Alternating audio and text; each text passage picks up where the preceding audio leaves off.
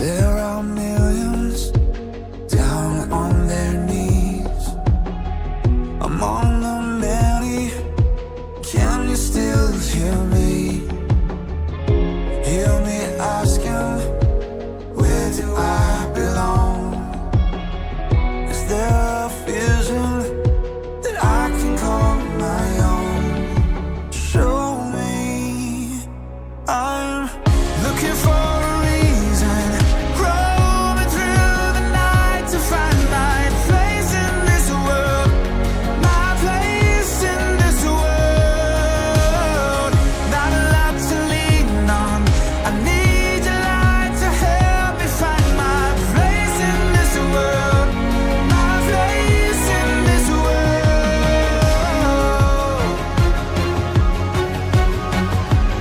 my place in this world.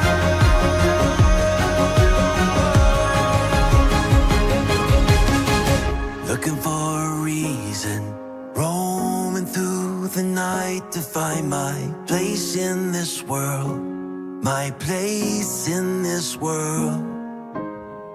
Not a lot to lean on, I need your light to help me find my place in this world, my place in this world. Looking for a reason, roaming through the night to find my place in this world, my place in this world. Not a lot to lean on, I need your light to help me find my place in this world, my place in this world. I need your light to help me find my place in this world, my place in this world.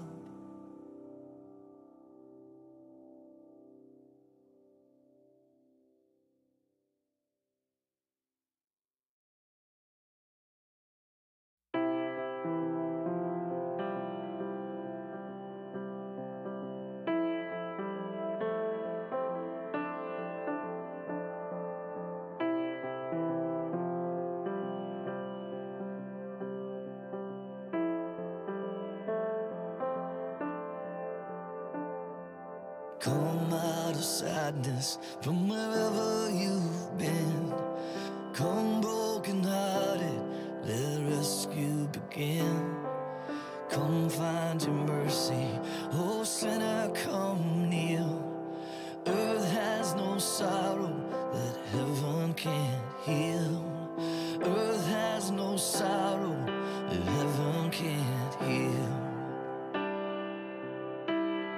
So lay down your burdens, lay down your shame. Oh, I'm broken. Lift up your face. Oh, wanderer, come home. You're not too far. So lay down your hurt, lay down your heart, come as you are.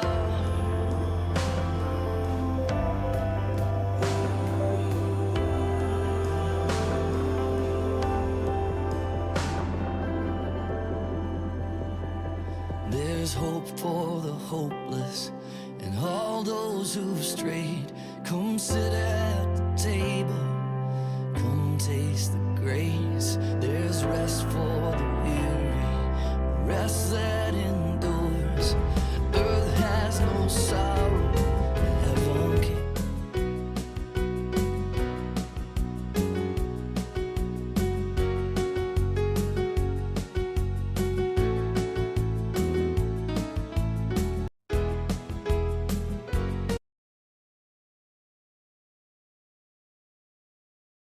Cure. So lay down your burdens, lay down your shame. Thank you for coming, Pastor Jesse. Oh, I'm Long, so broken. Lift up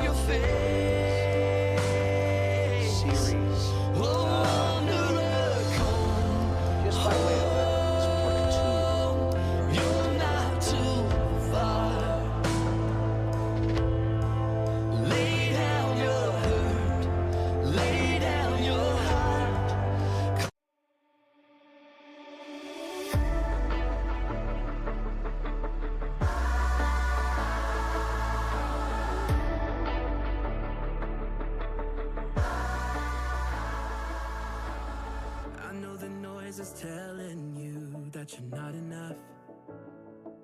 And the only voice that's coming through says you'll never measure up. But there is one who knows the truth. He put light inside of you. He is peace, he is hope, he is Jesus. Lift your eyes, raise your voice to the King of all creation. He is love, he is life, yeah, this is Jesus. Gather every nation like a billion streams of light, till every heart, every soul can feel him reach us. This is Jesus.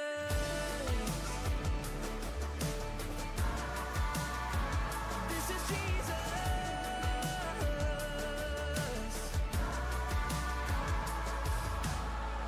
He was refused, rejected by his own, and he knows the cross you bear because he carried it alone. And he's the one who healed the blind.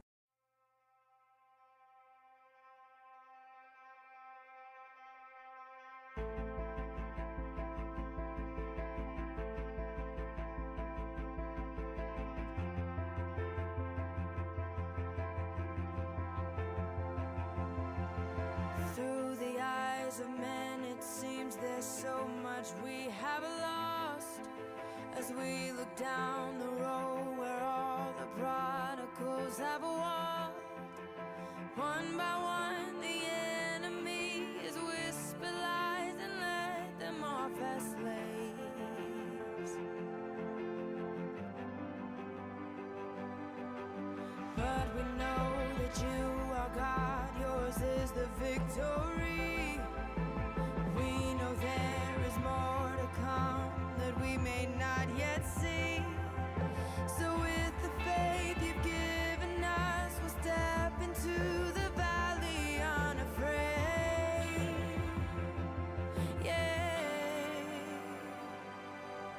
As we call out to dry bones, come alive, come alive.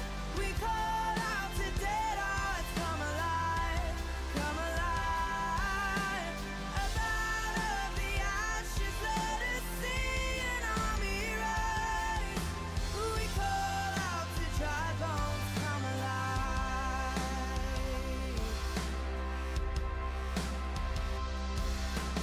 God of endless mercy, God of unrelenting love, rescue every daughter, bring us back the wayward sons, and by your spirit breathe upon them, show the world that you alone can save. You alone can save. As we call out to dry bones, come alive, come alive. We call out to dead hearts, come alive, come alive. Up out of the ashes, let us see an army rise. We call out to dry bones, come alive. So breathe, oh breath of God, now breathe, oh breath of God, breathe, oh breath of God, now breathe, breathe, oh breath of God, now breathe, oh breath of God, breathe, oh breath of God, now breathe. As we call out to dry bones, come alive, come alive. We call out to dead hearts, come alive, come alive. Up out of the ashes, let us see an army rise. We call out to dry bones, come alive, yeah. We call out to dry bones, come alive. Oh, come alive.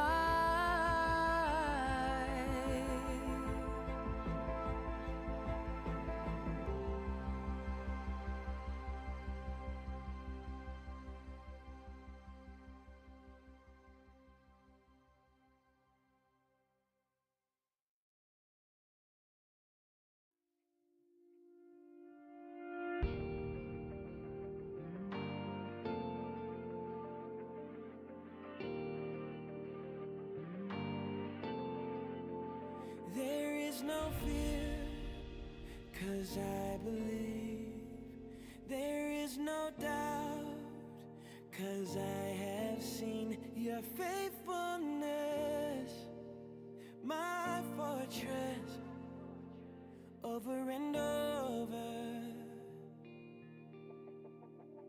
I have a hope found in your name.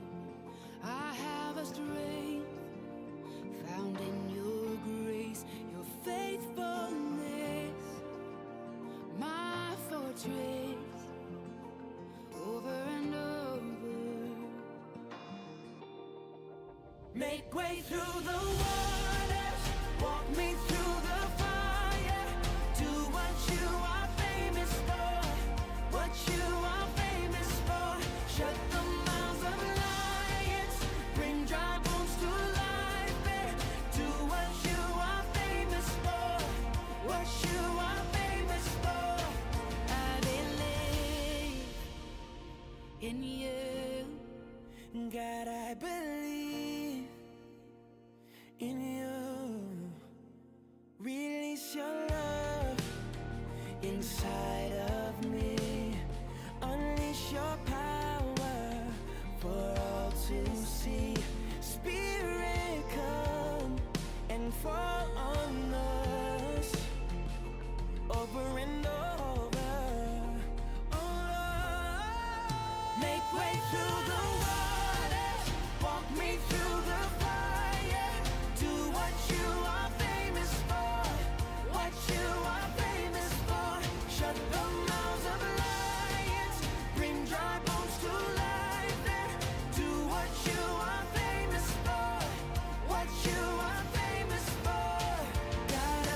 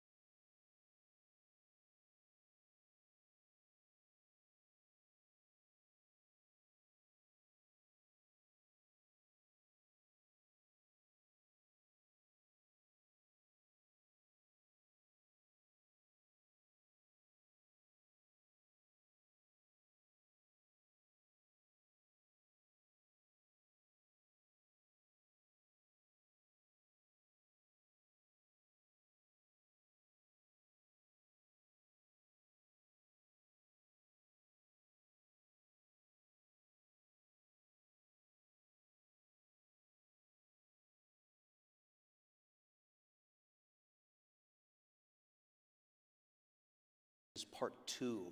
We already looked at one section of. Part two. We already looked at one section of Africa. Let's begin with Zambia. We finished with Kenya, Uganda. That was where we left it. Zambia.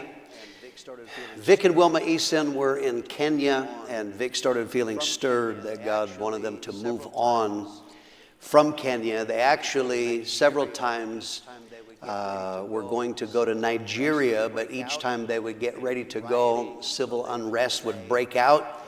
They would be rioting, and so they would delay. And so finally they decided to go to Lusaka, Zambia. We have a picture of when they were announced. This is in the tent. They were announced. That's Vic and Wilma. Wilma is in our church. Vic has gone on to be with the Lord. They were announced out of conference, arrived in Lusaka, Zambia, and Vic realized that he had left his Bible. He had forgotten to bring his Bible.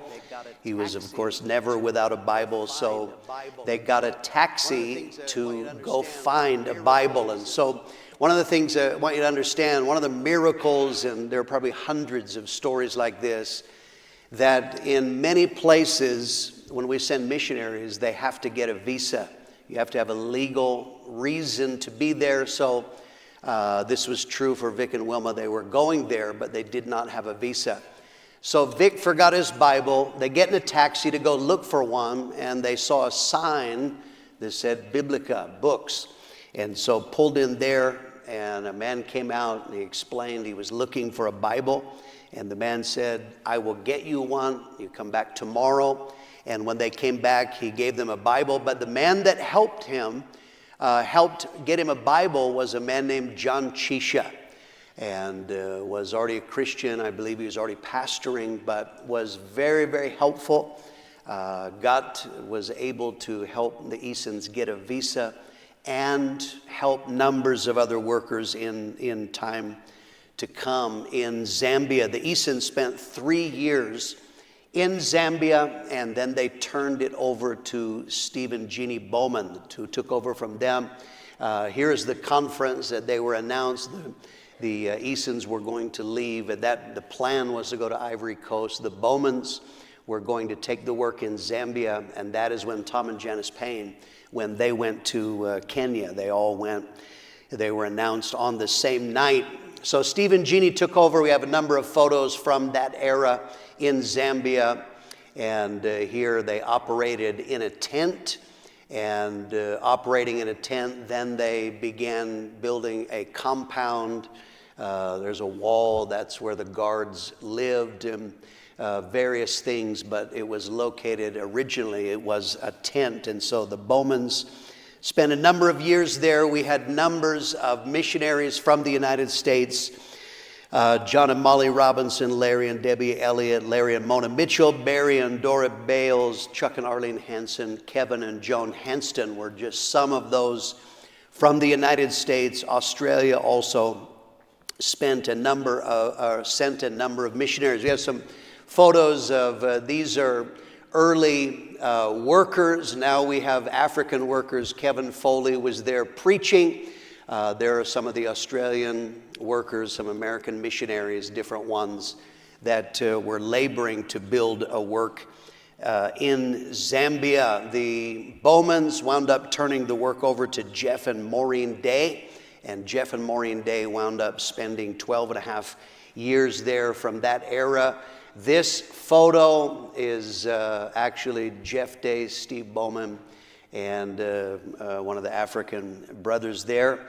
And so the Days took over. Have some more photos from that era. This is George Carabasas, who wound up taking it over, doing a healing crusade. This was Jeff Day's task, was ultimately to train up workers to nationalize it. And so this is part of that process. And here then in time they built a building, and a great blessing, finally getting out of the tent after many years. That's the building that they built there. This is a conference. They began to plant churches. They began in the Bowman era, but the Days carried that on. And then ultimately, here on the stage there, that is the three different generations, Jeff Day, Steve Bowman, and George Carabasas. Here is a photo at conference. You can see the work that God is doing there. And then in the final photo, here is George and Irene Carabasas. They wound up taking over the leadership of all of the churches in Zambia. As of right now, 2023, December, we have 69 churches in Zambia. And they also have planted 13 other churches in 3 other countries, Malawi, the DRC, and in Angola. The next nation we're going to look at is Nigeria. The first church that was planted into Nigeria, one of the reasons I'm telling you stories, how do we get churches in these places? The first one came by a natural burden. Out of the church that is Waltham Forest, they sent Fola and Mary Oediran. They went there because they were Nigerians, so they naturally had a burden for their home country, and they were the first ones that pioneered in Nigeria. But there's a lesson now we want to learn here, and that is that God uses negative circumstances to work His will. This is the amazing thing about God. Even when difficult or bad things happen, God can use that for His purposes. So now we have one work in Nigeria. The next 3 workers that went to Nigeria, they were all living in England. They were living in London, and they were all there illegally. They did not have visas to stay in the UK, and so they had gotten saved. They're now being discipled, but they're struggling because of a lack of paperwork, so they're not going to be able to stay. And so what do you have to do to fix that? In their case, their only option was they had to go back to Nigeria and in order to resolve their immigration issues. And so this was true for 3 couples, Success and Penny Adeshida, Glenn and Kemi Botu, and Yomi and Kari Ikutiyunu. All 3 of them went to Nigeria out of something negative. Think about it. It'd be like someone getting saved in our church, being discipled, feeling a call to ministry, but because of a legality, it's not possible for you to stay. That seems bad, but God turned it into good because all 3 of them wound up pioneering churches in Lagos, Nigeria. We have some photos from the early days here. This is top left, that is Success, Adeshida. Here are outreaches that they are doing. This is in the city of Lagos. I think there's another photo here now in different ones. You see Pastor Mitchell would go there to help them and to preach. Labored. They had various pastors' seminars. I don't know if in those days they originally had conferences, but he began to invest in that. I have a next photo here. This is after the early days. On the right is Nigel and Carol Brown, who oversees, he is the pastor of Walthamstow, who was sending workers and investing and helping them. These are now some of the early couples that were laboring, and then they began to plant churches, and so they sent this, "Your legacy has raised us well," and that was in honor of Pastor Mitchell. His vision from Prescott to Perth, West Australia, who planted in Walthamstow, planted in Nigeria, and that legacy moved on. They began to plant churches. Ultimately, they wound up having a conference, and in planting churches, making disciples. This is now in their conference. They're building a work for God.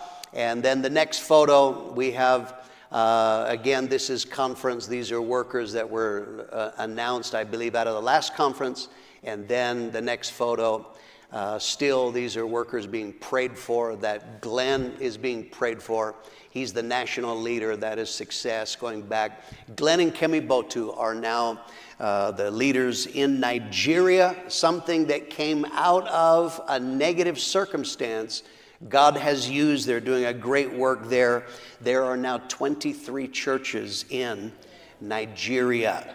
Zimbabwe is what we look at next. A worker was sent to Harare, Zimbabwe from Perth, West Australia. We planted Ron and Susie Burrell into Perth, and then over the course of time, out of the Perth church, later on a succeeding pastor sent a worker to Harare, Zimbabwe. And it's kind of interesting that they needed a place to meet. They were struggling. If you read Reinhard Bonnke's biography, and in that he tells about a massive 30,000 seat tent that he had. And so he had this, and at one point in time, part of it got damaged, but a 30,000 seat tent, not a lot of people can use that. And so, but it was so big, he met the worker there, and Reinhard Bonnke wound up donating a large portion of that tent, which was used by the church in Harare. We actually have a video of this tent is part of what Reinhard Bonnke donated. And obviously not the whole thing. But here, laboring to build a work, and this is in Harare, Zimbabwe. Next, we have some photos of the early days, and then here, people getting married, which is wonderful in Africa, where many times they will not get married, but preaching on righteousness. Here are workers. There are outreaches that they began to do. Exactly the same pattern that we did here was repeated in Perth, and the worker began to transmit that, and they're doing different language, probably different music, and yet the vision worked in Harare, Zimbabwe, exactly the same. Next photo, or as the next one, a video, I think, is now they began to make disciples. They built a building, and this is the building that they have built. This is their last conference. Darrell Elliott was there preaching. And so God has done a work. They're laboring there and seeing. This is on the other side of the world, Harare, Zimbabwe, in what God is doing there. And finally, as it comes to the right, a little bit more. Move camera. Here is the pastor, Isaac Madziviri. Next photo, if you go to it, is Isaac and Phyllis Madziviri. They are converts from that church, were discipled in that church, and now they have taken over. They're the national leaders. In Zimbabwe right now, we have 35 churches, plus they have planted 11 other churches in 3 different nations, in Malawi, in Botswana, and Mozambique. And one of the things I want to tell you that is incredible about that is in incredible financial difficulties. The inflation rate, it was at one point in time, one of the workers was telling me when they would go there to fill up the car with fuel, you had to have a briefcase, a suitcase of cash because it was so worthless. And yet, the vision works. They're believing God, and we thank God. 35 churches in Zimbabwe, 11 churches in 3 different nations. Liberia. We sent a worker to Liberia in 1988. We have the original trumpet report, or one of the original trumpet reports. This is once he got going. This man was actually from outside our fellowship. One of our pastors met him, kind of grafted him in. He started the work in Monrovia, Liberia in 1988. He was not from our fellowship. He actually put things into the church that were not healthy. John and Esther, when he left, John and Esther Gooding went to take it, but there were some very odd things at work. It was explosive, and John and Esther had to leave. They kind of fled for safety's sake and had to leave. So initially, Liberia, it was not a great success, but one of the significant things in God's working, how he arranges things, is some of the original people that got saved in Liberia, they were not Liberian, they were from Sierra Leone. And that will become important when we look at that. The church went through great difficulties, but later on it was rebuilt with workers from Sierra Leone. And now they have made disciples and planted churches. We now have 9 churches in Liberia. Let's talk about Sierra Leone. And this is a wonderful story. As I told you, people from Sierra Leone got saved in the church in Monrovia, Liberia. They were excited. This is often, remember in early lessons I told you, how do we get churches around the world? Often what happens, people get saved.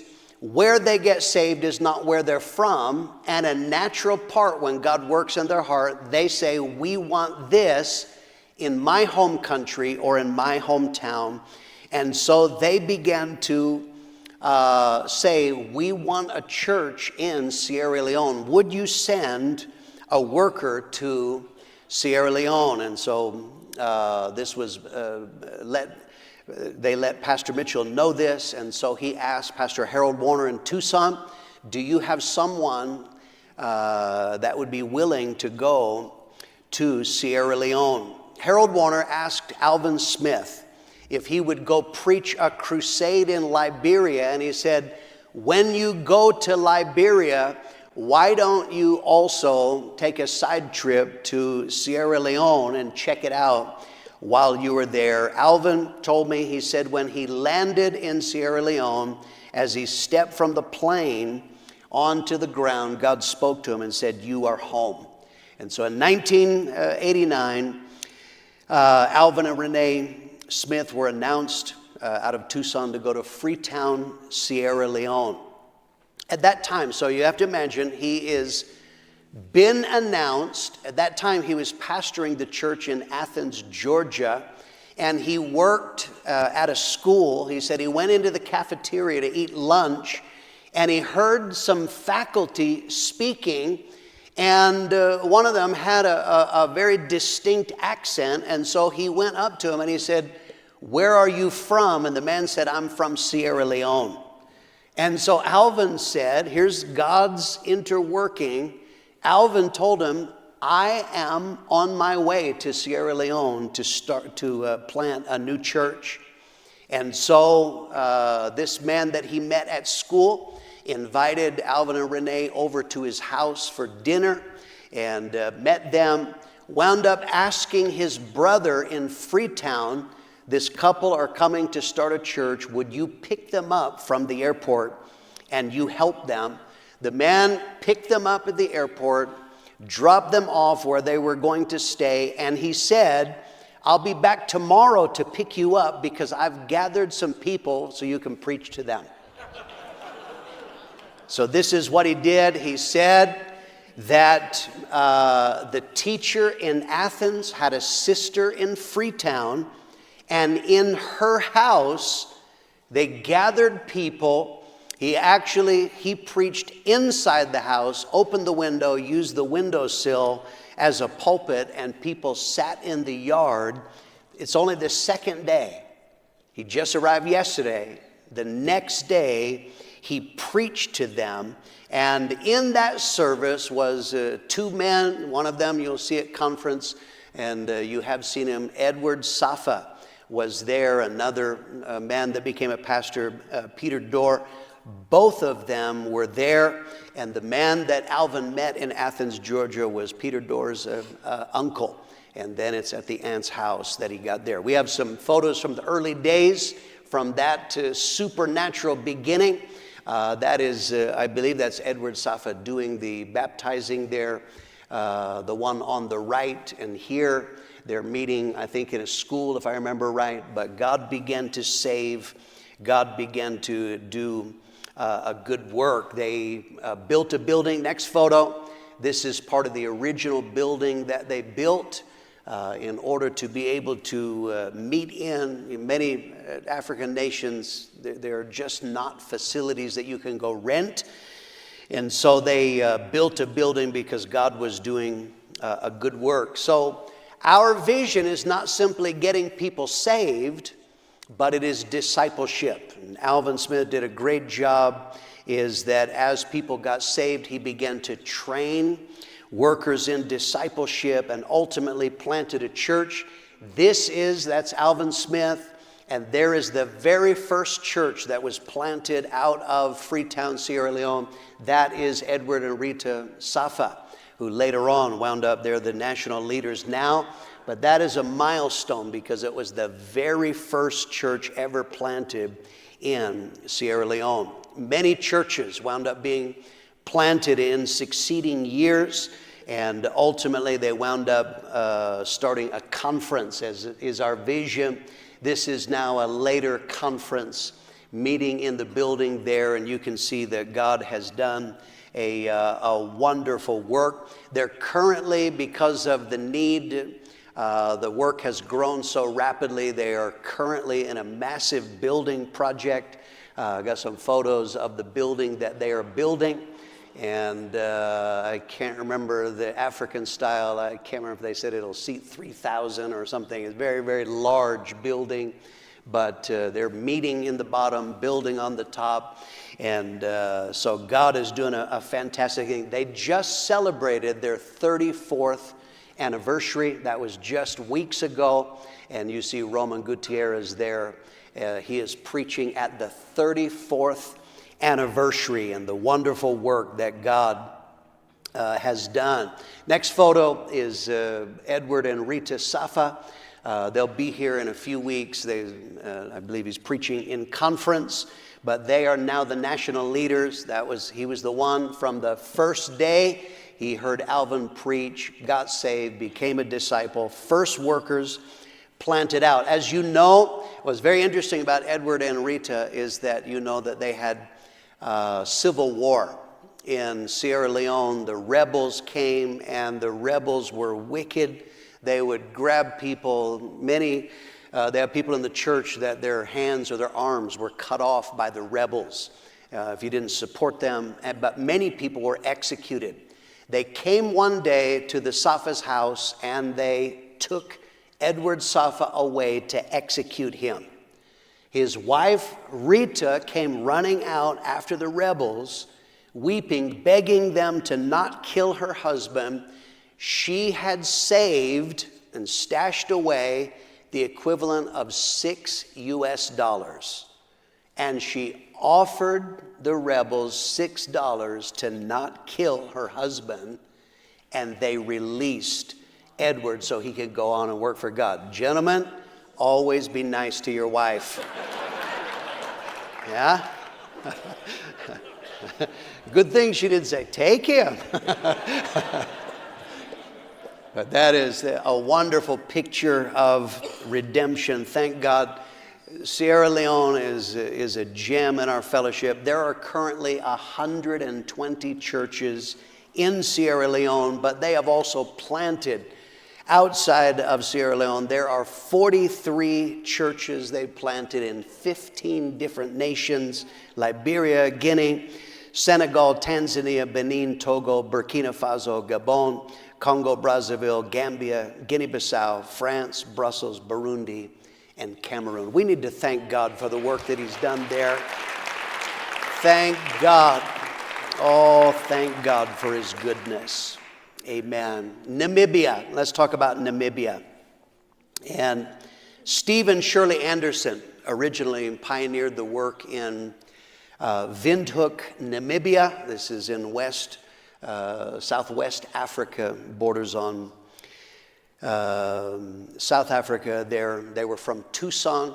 This is them in the early days, did a great work. Steve was in Russia. We've mentioned him in Russia. He was in Ukraine, but went to Windhoek, Namibia, and they were there for 4.5 years. We were in South Africa at the same time. They used to come to conference, did a very, very good job, but ultimately the Andersons, they would not renew his visa, and they had to leave. And so from the church in South London, they sent Peter Ajala, Peter and Emine Ajala took the church, and the moment that they took it over, God just gave them explosive growth. We have a picture of the first baptism. The very first baptism, they baptized 67 people because people were getting saved so rapidly. It began to grow to hundreds of people.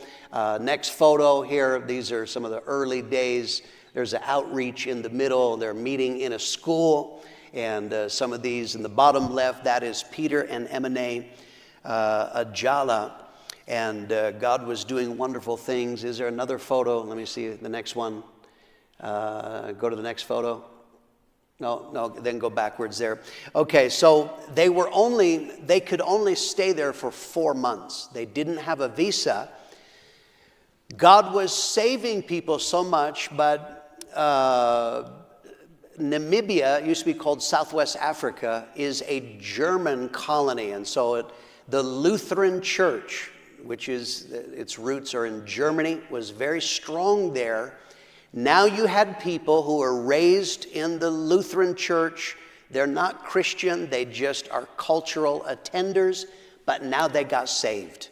And so waves began to be made, and so the Lutheran Church has pull, they have money, and they began to put pressure on officials, and so they would not renew. In spite of the great work that God was doing, the Ajalas could only stay there for 4 months, and they had to turn it over to Setson and Mary Ngwapo. These are the workers who took over from them. He is Namibian, Mary is from England, but they took it over, and in the circumstances of need, they were able to take that over. In time, they built a building. Tucson invested, helped them build this building out in the township in an area of poverty that originally started with, huts, tin shacks, and then it becomes a more formal settlement. But they built this building there, and they began to plant churches. And we have some photos from conference. This is now probably would have been the last conference. Mike Webb was preaching at that conference, but they were, these are workers that were announced out and that they were praying for them. I was just there in November 2023. Just have a photo that I took, and this is on a Sunday that we're gathered together there to rally. All the workers came together and did that. And then we have the video from there. And they are saying hello from Namibia. And they are very excitable people. They have a lot of fun in church. Amen. So there are currently 44 churches in Namibia. And they have planted another 4 churches in 3 different nations. They have workers in Angola, in Botswana, and in Germany. Let's talk then, final section, one that I'm familiar with, and that is South Africa. In the history of South Africa, this was the Dutch people who are Afrikaners are people of Dutch descent. They're the ones that were in government. The apartheid system, apartheid means separation, literally by law.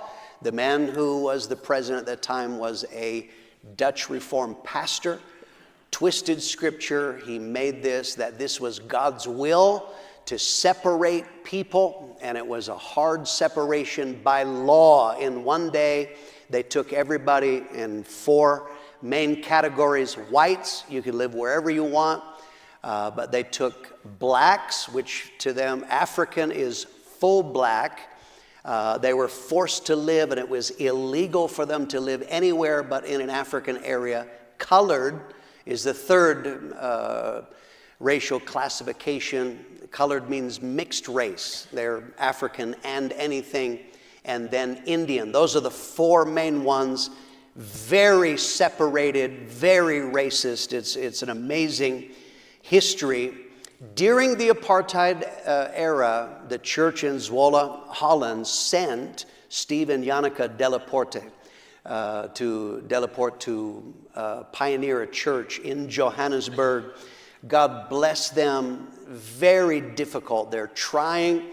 You have to understand the restrictions. There's rioting going on at that time, but curfews. It was illegal for people to be out after certain hours, but God bless the Delaportes. They went and they opened the way, tried to build a work during the apartheid era. 1994, apartheid fell. Nelson Mandela was released from prison, and in 1994, a miracle occurred. The end of apartheid.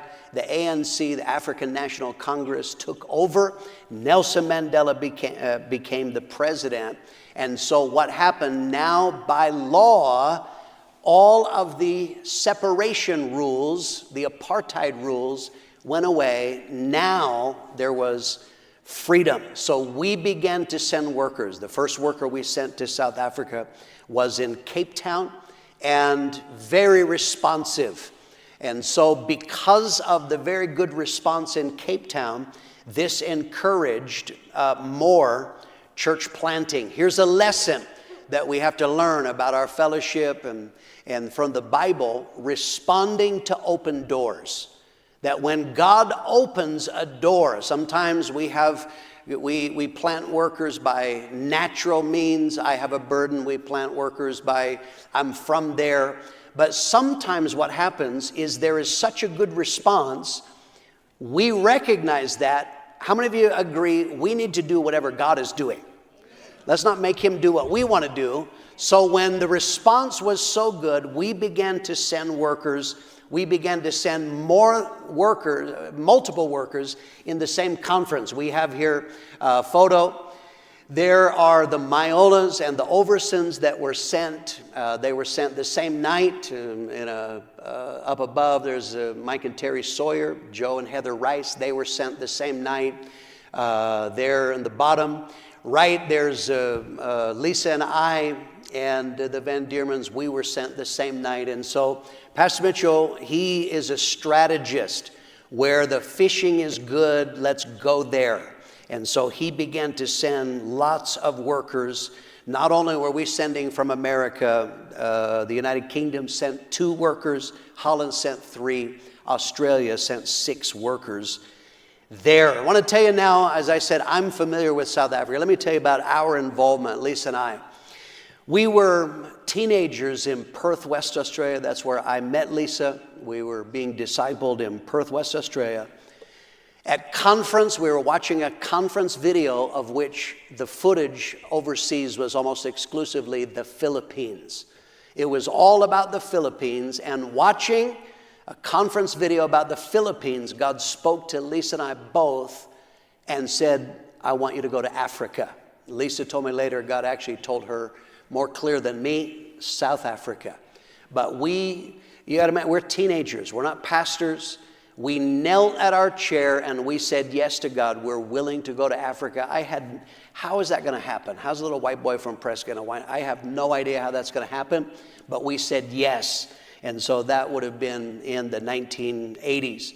1995, we took over the church we had pastored before in Melbourne, area called Footscray, began to rebuild the work. We arrived in February, it's probably May. We had just finished back-to-back revivals. God was doing great things. And I'm the night after the second revival with Dennis Wright, I'm sitting in my office just rejoicing at what God was doing. And God spoke to me probably the clearest I have ever heard the voice of God. God said, I want you to go to South Africa. So before, when I was a kid, it was Africa in general. I want you to go to, I went immediately in and told Lisa, God just told me we're supposed to go to South Africa, but I have a good wife. She said, okay, I'm willing, but we just got here.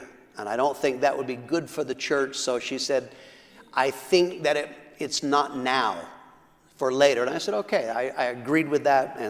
And so we just filed that away and got on with building work. 1997, wound up, now the circumstances were right. We did go, and you saw we were announced to go to Johannesburg, South Africa. Johannesburg is massive. I grew up in Prescott. This was 13,000 when we moved here. Perth was larger, but still a nice country town is how it felt.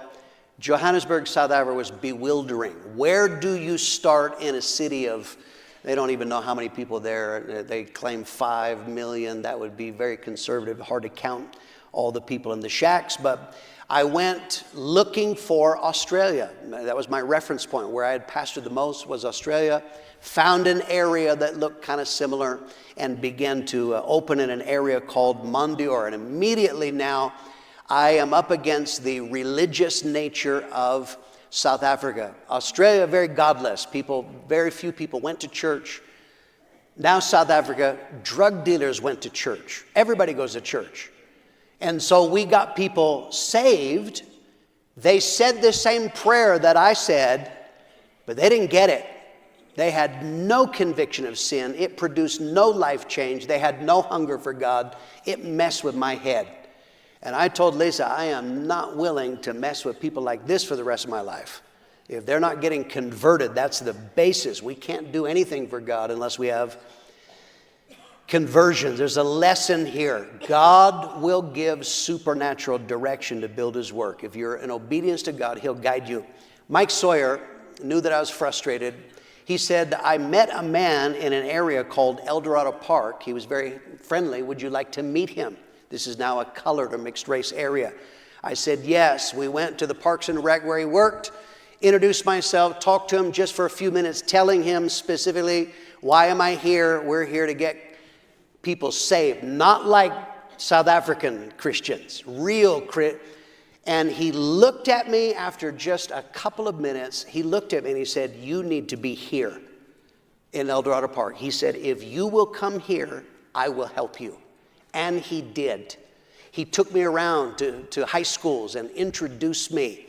It was amazing. Now, what I didn't know about him, I don't know this man.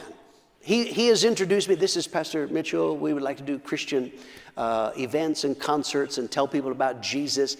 What I don't know about him, he was a communist, atheist, terrorist. We went to the high school that during apartheid, he bombed it. The principal then was his science teacher when he bombed the school years before. He's telling her, we would like to do Christian event. She's looking at him and she asked me, she goes, how do you know this guy? Especially what I didn't know, he was a witch doctor. A Sangoma. I'm talking black magic, wicked. I have no idea. That's why she's asking, how do you know this guy? I'm like, God made me ignorant. And that was good because I probably wouldn't have had anything to do with him. We're driving down the road and a car pulled up. They're talking another language. I said, what do you want? He said, oh, they want the igniters for RPGs, rocket propelled grenades. You know, in Prescott, we didn't use a lot of RPGs. And I said, what do they want them for? And he said, cash in transit robberies. If you shoot at a cash van, you'll knock it over on its side, and then that gives you time to get the doors open. I said, oh, okay. We had Stacy Dillard coming for a revival, and I thought this was going to be the answer. I got permission to do a great concert, and so our concert got rained out. The outreach, the revival did not go well. But I had invited Paul the witch doctor, who I didn't know he was a witch doctor. I invited him and his girlfriend over to our house for dinner. And this was amazing. Remember the immense racism. Still to this day, his friend will rattle off in Afrikaans exactly what he said. He said, you're not going to believe it. A white guy had us over to his house. And when we're having over for dinner, I said, would any of your friends like to come to our house? We're going to show a film. And so he called his friends. We had 28 people in my living room.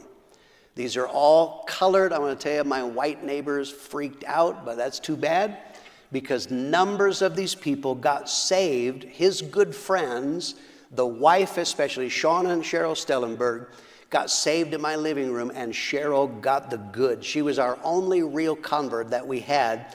Now, Stacy, we have the revival. It's not going well. He was supposed to preach the second week in Pretoria for another worker, but that man had white Afrikaners, and they told him, if you have a black man preach, no one will ever come to your church again. So at the last minute, he told Pastor Mitchell, I can't have him. So because we had a free week with Stacy Dillard, I asked Paul, I said, could you get us permission to have a tent set up in a park? And he said, yes, got us permission right in a main park. This is where people came to do drugs, fornicate, drink. We set up right there with no advertising. They finished, we went out for an hour. We passed out, we put up, I think, a dozen posters and handed out maybe 35 to 50 flyers. But the first night in El Dorado Park, as an experiment, we had 65 people come out with no advertising. I think 35 of them got saved. The next night, we had 165 people come out. The next night, 220. We started in early December, and we kept it going. Stacy finished. I preached another week. Mike Sawyer preached another week. We went up until Christmas in this tent. We were supposed to be there for 3 days. We wound up staying there for 2 months. We just never left, and thank God South Africa, they're not big on rules, so we got away with it. I told Pastor Mitchell, I said, if you can get evangelists to come preach, I believe we could leave a solid work. And so in the month of January, we had Marty Carnegie, we had Jesus Becerra, and Rick Martinez. And we had 28 services in 30 days in the month of January. At the end of it, we had a church of 100 people. Just God began. It was a miracle work, yes. What was interesting is, as we're having this, Paul the witch doctor, who I don't know he's a witch doctor, he would come like to 3 out of 5 services, and he'd ask me the same question each night: how did it feel tonight? I said, it felt tremendous. Hundreds of people are coming. I'm like, it's fantastic. And he would look puzzled, and he would tell me, tonight you had 3 witch doctors, 4 Satanists. He would tell me the number of witch doctors and Satanists that we had there each night. It never occurred to me to ask how he knew that. But God began to build the work there. At the end of it, we have some photos of a tent. I'm the guy on the left, if you're wondering. There's Stacy Dillard ministering in a tent, and there are no facilities. We had to buy a piece of land. The Prescott Church gave the money so we could buy a piece of land. We bought a tent and set it up. Next photo is the original tent that we had there, and we began to build a work for God. In the bottom right, I think this is a baptism we're about to have, and that was in a tent. The top left, then we built concrete walls or brick walls, but still kept a tent roof, and we were there for a number of years. There's a lesson I want to give you if you want to do the will of God. Some people are afraid. The lesson is God can protect people so they can do His will. We arrive in South Africa. The stories that were in the paper were incomprehensible in their violence. I can't even describe how bad the violence was. Helpful people would say, I would never live there. It's like a war zone. And I told them that's why I came here, so God would kill us, But we had to be there, and immediately helpful people are telling my wife, listen, you go in those areas, I'm telling you, they're going to rape you, kill you, they're going to kill your daughter. But Lisa is praying. She came sight unseen. She had never seen South Africa. She's praying one morning, and God spoke to her, Acts 18:10, for I'm with you, and no one will attack you to hurt you, for I have many people in this city. I want to tell you, we never lived in fear. You have to live with caution, but we never lived in fear in South Africa. Next photo I want to show you.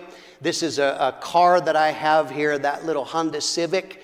They're on the opposite side of the road, so what you're looking, this side is the driver's side. We're on the freeway coming home from church one night, and a car pulled up next to us. What is the car? 4 feet away, and shot at me at my head, and the bullet bounced off the window. When I got home, you can see just a little mark on the glass there. I don't think that they make Honda Civics bulletproof. But God had told us to be there, and I said, if God wants us here, He's got to keep us safe. And I want to tell you, we went in the most wicked areas of crime and danger, and God helped us. Paul, we have some other photos I want to show you. Move on here. This is outreach. We began to outreach like crazy. There's Lisa witnessing. We had revivals. There's Paul Campbell, Mark Olson, Scott Lamb. Dad, we were outreaching. We're having revivals.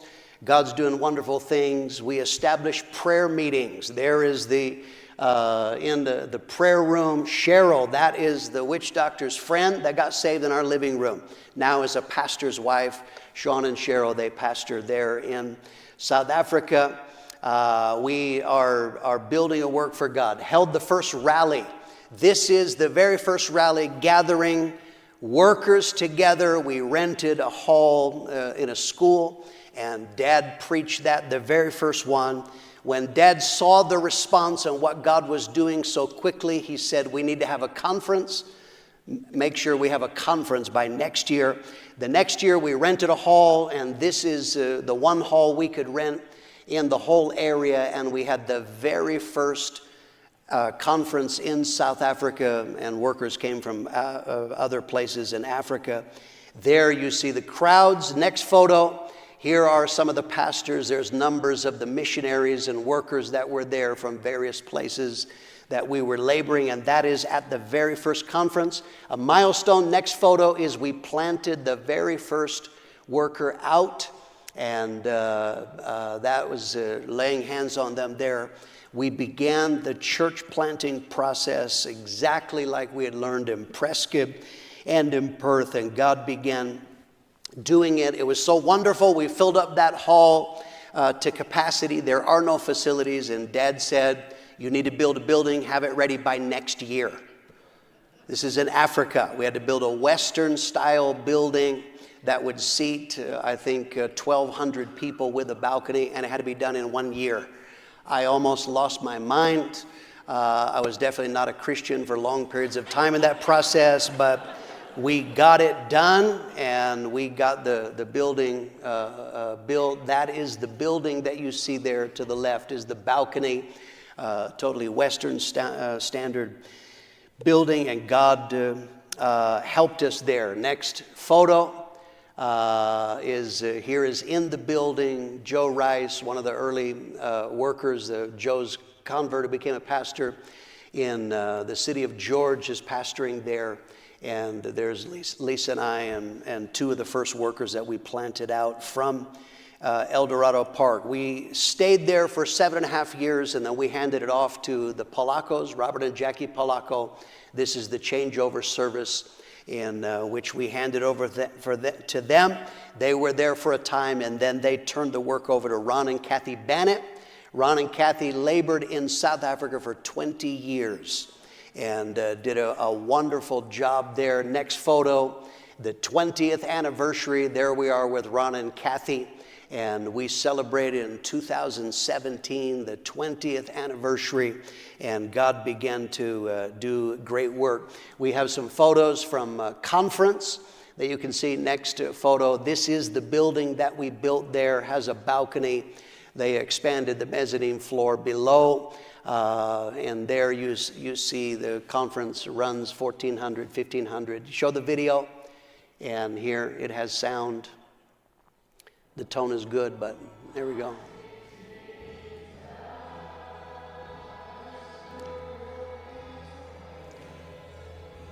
And there. So that is the current one. Ron Bannett passed away in 2020 from COVID, and Jonathan and Rachel Heimberg stepped in quickly to take over there, now the national leaders there. But I want to tell you, church planting is what we began in 2001, and that has continued. This is workers planted out in their last conference. Some of these are national pastors that themselves were planted out. Now they are church planting pastors, and they're doing a great work for God, and you see various works there. There are currently 109 churches in South Africa.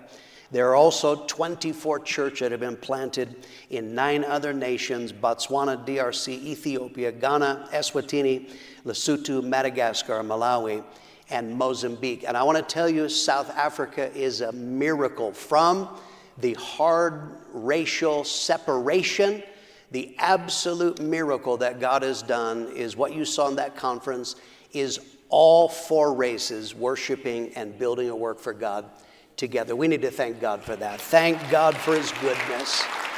God, we are grateful for all that you're doing. Praise God. We'll stop there, and the service will start at 10:30. God bless.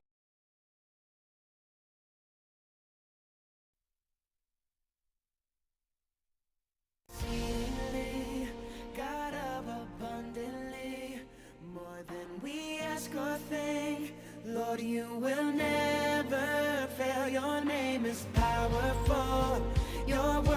stop